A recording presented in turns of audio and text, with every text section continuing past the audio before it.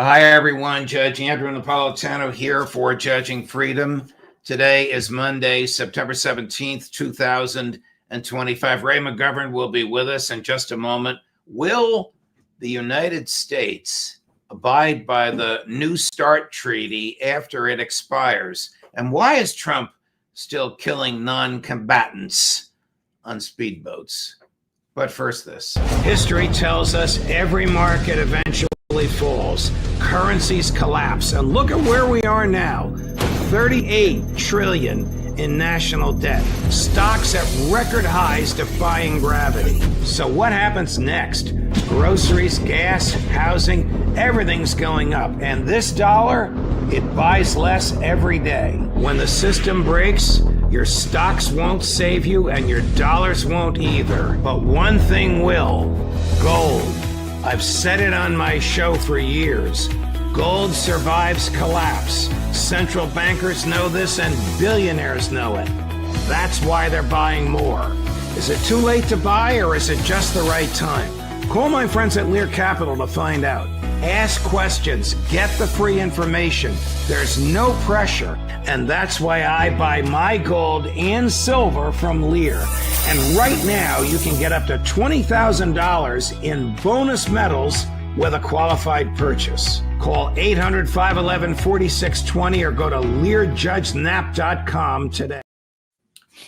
Ray, welcome here, my dear friend. Before we get to the Trump-Hegseth continued, I'll call them what they are, murders of non-combatants in speedboats off the coast of Mexico and Venezuela, I do want to ask you, because he just made some comments that you very adroitly analyzed, that is Foreign Minister Lavrov. I do want to ask you about the Russians and the Americans and the New START treaty, which of course ends by its own terms in just a couple of months.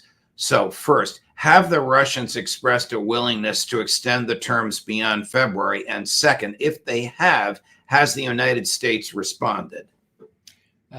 The answer to the first one is yes. The U.S. has not responded. It was September 22nd when Putin himself made this overture. And all he said was, look, it's too late to renew the New START treaty. It expires on February 5. We are willing to abide by the limits, the quantitative limits on warheads deployed, if you are, for a whole year. So that would give us a chance to kind of develop a new treaty or whatever. So all we need is an answer from you. Simple, yes or no. Please let us know if you're willing to match us and refer, because if you're not, then we'll just go ahead. And lately, the Russians have been complaining overtly that, we still don't have an answer from Washington. Lavrov most recently said, we keep on waiting for, it's a simple question. There's a glimmer of hope in what one Russian official said last week, and that is, hey, look, we'd accept an oral promise on that. Whoa, now, I don't know. I'd have to see confirmation of that. But the Russians don't want to have a nuclear arms race of the kind that I experienced in the 60s and 70s. It was put a lid on by the ABM Treaty. Bush got out of that. Then there was the convention. There was the INF Treaty, Intermediate Nuclear Forces. Scott Ritter was one of the monitors for 1987. Trump got out of that one. So if this one goes, if New START goes, then there's no break on development of nuclear weaponry. And it suits everyone, it seems to me, to put a cap on it, at least for one more year. So this is referred to as the New START treaty because there was an original one just called START. Correct my memory. I think it goes back to Reagan and Gorbachev, does it not?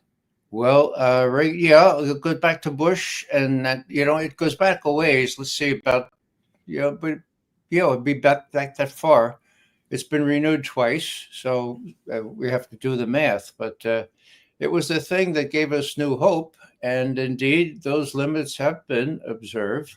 It's 1,550 deployed nuclear warheads limitation on both sides. That covers ICBMs, sea-launched ballistic missiles, and bombers that were deployed. It's been the cornerstone for the last couple of decades, just like the ABM treaty was before Junior Bush decided to get out of it. So this is a biggie, and in my view, it's the litmus test. Here are the Russians looking at Trump's freedom of maneuver. Now, they've Wow. been making side effects about, well, he may not be his own man. What's the best proof of that? I'd go back to Alaska, the summit. At the very end, there seemed to be very cordial, okay? And at the end, Putin says, now, you're talking about, or they were talking about the summit, and Putin says in English, next time in Moscow. And what does Trump say?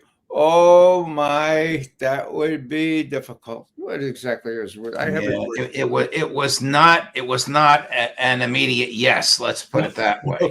I'd have to check with Anything my but. people, is what he said. Right. Exactly. Well, it's a head scratcher, Ray, and we're not the only ones scratching our heads. Here is, you were just talking about this, the comment by Foreign Minister Lavrov on this. Chris, cut number 6. The constructive initiative put forward by President Vladimir Putin in the post-New START context speaks for itself. It contains no hidden agenda and is perfectly clear for understanding. Its practical implementation would not require any special additional efforts. Therefore, we do not consider it necessary to hold in-depth discussions on this proposal. The only thing required is reciprocity from the United States. We will voluntarily adhere to the restrictions only if, and precisely for as long as, the other side does the same. Naturally, should the Americans have any questions, they are free to raise them with us.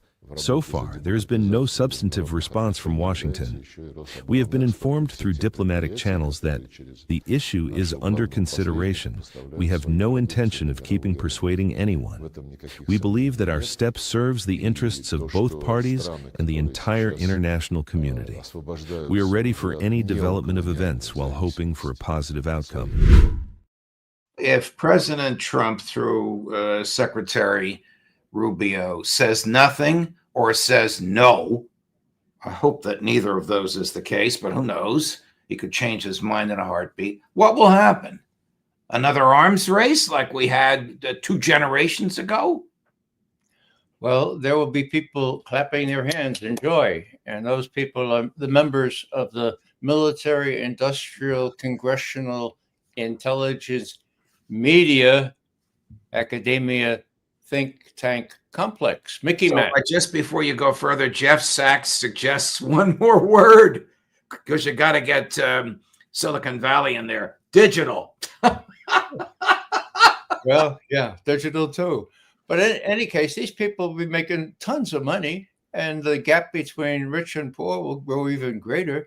So, yeah, it will serve only the arms merchants and those that have stock in Raytheon, Lockheed, and the other places. So it's a really sorrowful turn of events. The idiocy of it is that the Russians have shown that they can go around or under or over any conceivable umbrella defense system that the U.S. could build, whatever it is. And this goes back to Reagan. We told Reagan, look, don't be deceived. This Star Wars thing cannot be inviolate. It can always be gotten around. You can always put a bunch of decoys in there. Forget about Star Wars, though. He never could, of course. But the reason he never could was that the military-industrial complex, some of them working at the National Security Council, I know who they are, were telling him, no, your Star Wars is going to be great. So when Gorbachev tells you, let's get rid of all nuclear arms, what happens to your Star Wars? Historic example in Reykjavik, I think was 1987 or so. And Reagan went back and said, no, I can't do that. My advisors say I can't do that. So these opportunities are lost. And, in terms of urgency, Foreign Minister Lavrov is making a speech or giving an interview every day. And they're sort of projecting a relaxed atmosphere. Look, take it or leave it. We're not trying to press you, but we're trying to press you, and we only have till February 5th. Now, they have made it clear that you can answer at any time before February 5th, automatic, no problem, don't have to do anything, okay? And as I say, there was some indication that they would take an oral promise from the president. I don't know about that, but that shows the lengths to which they will go. Why? Because the primary purpose of Putin and the rest of them is to prevent a mercurial president from starting a nuclear war. Got it. Here's a little footnote, Judge. Mercurial comes from the Roman god Mercury. What was he the patron of? He was the patron of war, and well, he was the patron of shysters, of merchants, of what else? He was the patron of merchants, travelers, thieves, and tricksters, sort of some of the real estate guys from those days. And he was commonly identified with one of those fast guys, Hermes, okay? Now, what does mercurial mean? It means a person who is unpredictable, subject to changes of mood or mind, a mercurial temperament. One last thing. Now, for the younger set, you'll have to kind of believe me on this, but we used to have thermometers to measure our temperatures, okay? And I broke one time. What was inside there? Mercury. Was it poison? Yes. Was I supposed to touch it? No, for God's sake. Was I supposed to scoop it? I couldn't scoop it up. It became little beads. It was completely, you couldn't tell where it would go. See, so mercury is mercurial, and that's the overriding concept of the Russian leaders. And I think I see them saying to themselves, well, we'll do the best we can to avoid nuclear war. And if we have to wait 3 years, all right, that's the fates. But meanwhile, we're when did this happen to you? You were a child? Oh, yeah. Well, no, actually, I'm pretty clumsy. I dropped this about 10 years ago. Oh, well, you obviously survived. It didn't kill you. God bless you. But the thing is, if you do touch it, and that's why the Russians are really your cherry of close to Trump. I get it. Then you get infected.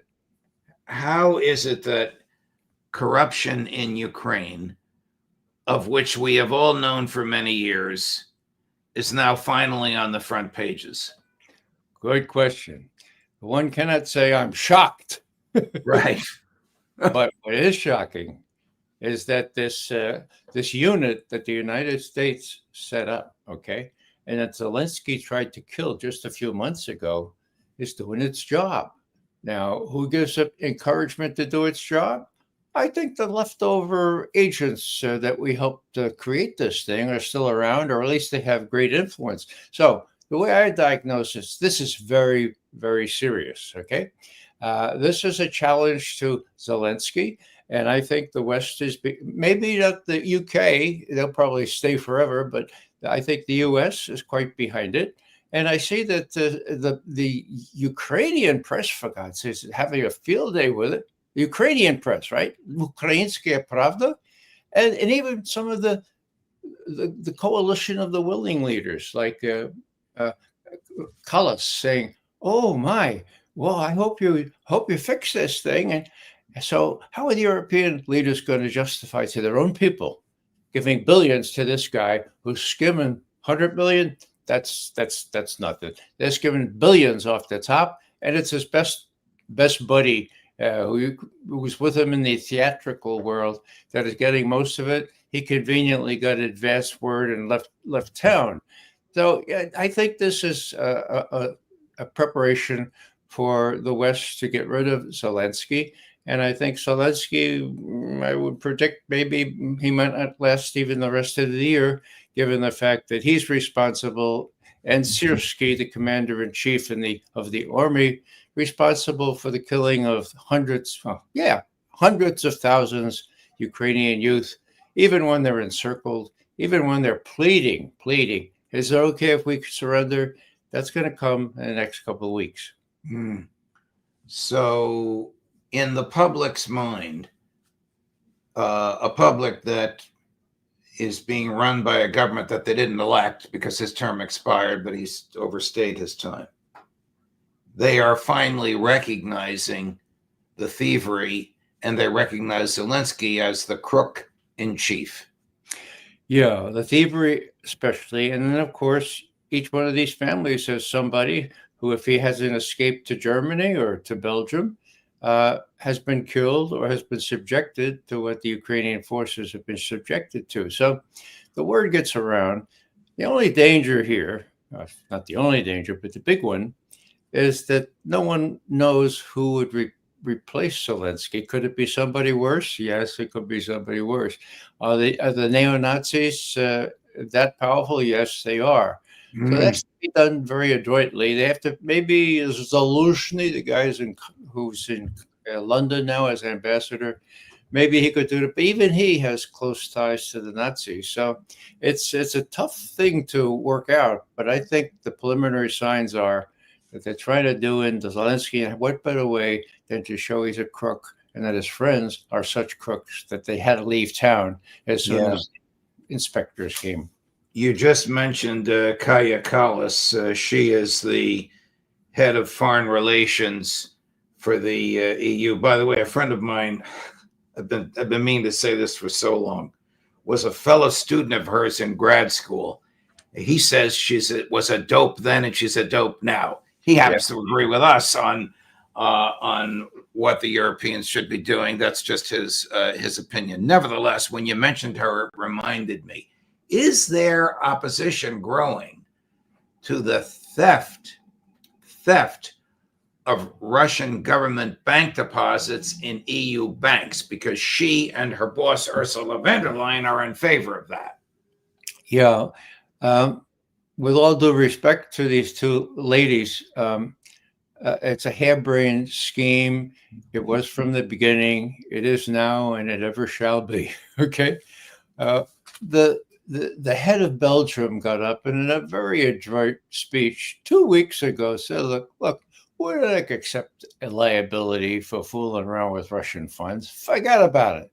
And then just yesterday, one of the deciders on these things, on this clearinghouse or whatever you call it, has said, look, this is not going to happen. We're not going to allow it. So I think von der Leyen and Kallas and the others that thought this was a piece of cake, we could just pick this Russian. It's not going to happen. Now, that's important, Judge, because lots of people have been saying, well, we could keep this Ukrainian war going for maybe 2, maybe 3 years if we get goes Russian 200 billion or whatever it is. Well, that's not true. It couldn't. But even if it were true, then I could get it. So where's the funding? There's no funding. The U.S. Vice President Vance has said, we're out of there. Ukraine is over. That's his words. Ukraine is over.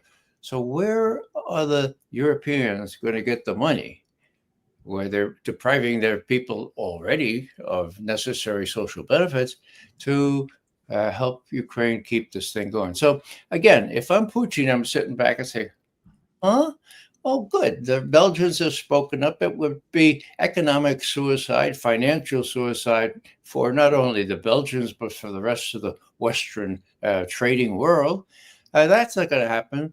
They're not going to have any money. The U.S. doesn't have any weapons to give them right now. In a couple of years, they don't have any money to buy the weapons to give to the Ukrainians.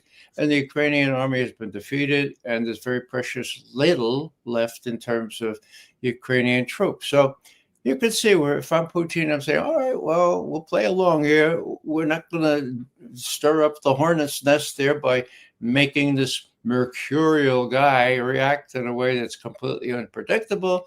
We'll win the war in Ukraine. We'll go as far as we have to. We'll stop, and then we'll say, now you're willing to. And if they say no, we'll have to deal with that in due course. But they're in no rush.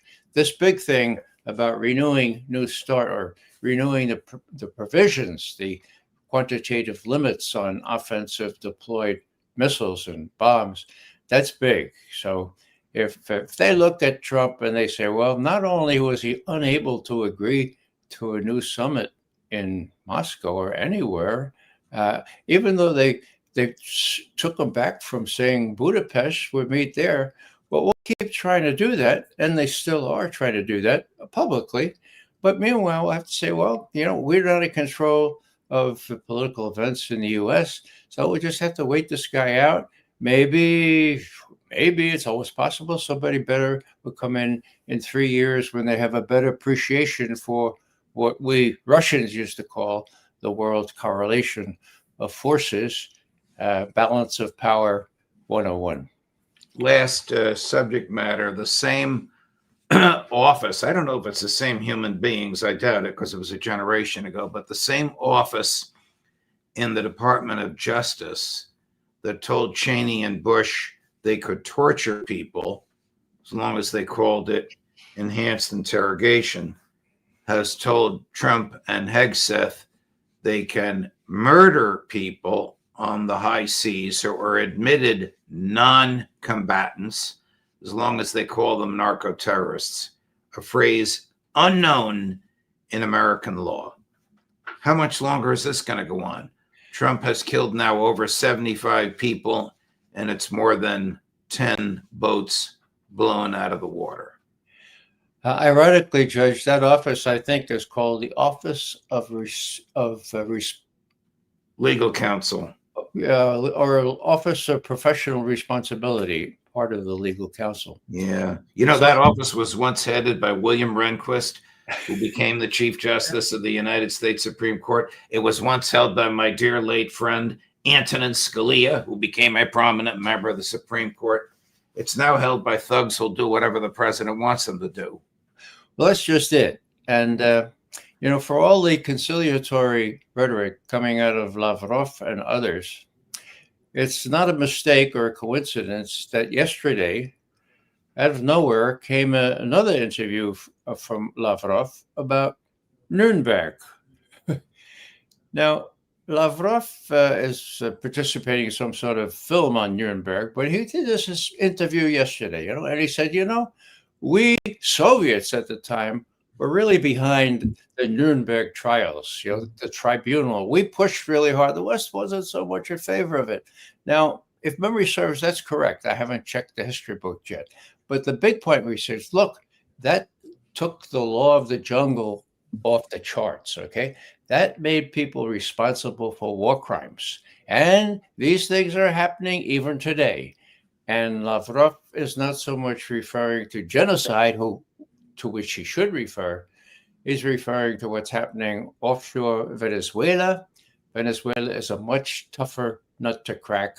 If Trump goes into Venezuela, he's crazy because that will be his Vietnam. He'll not be able to do anything else for the rest of his term. Wow. He did, of course, late last night, change his mind, I'm using air quotes, on whether the Epstein files should be released, because I think he saw a support for his version of this hemorrhaging as a tidal wave of Republicans in the House came out in favor of this resolution offered by Congressman Thomas Massie and Congressman Ro Kahana. Chris, can you put that up again, please? And I'll read it aloud.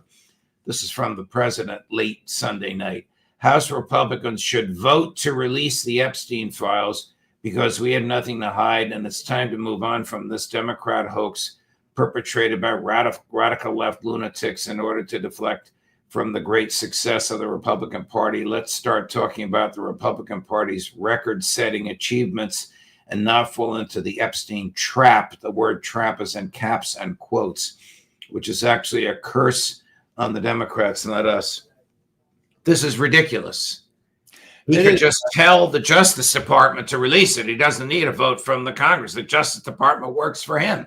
He's been vigorously resisting this. They tormented Marjorie Taylor Greene in the Situation Room in the White House last week, and she basically told them, not Marjorie Taylor Greene, the one from Colorado, her friend whose name is now escaping me, Lauren Boebert. She basically told them to go take a hike. They weren't changing her mind. Yeah. Did I mention Mercurial? Yes, you did. Yes, you did. You did. You can't depend on a guy like this. I mean, No. The other thing, Judge, is a moral thing. If you can't trust people on relatively minor things, although it's hard to argue that violating underage girls is minor, okay?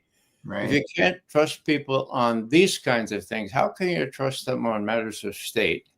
It's just an incredible embarrassment that these leaders, so to speak, who hog the airwaves and the TV, that they are the ones that are morally corrupt in small or relatively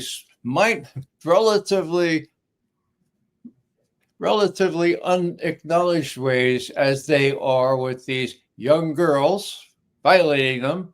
What was that one email? Oh yeah, Trump knows all about the girl. So what does that mean? Okay, so these people are in charge.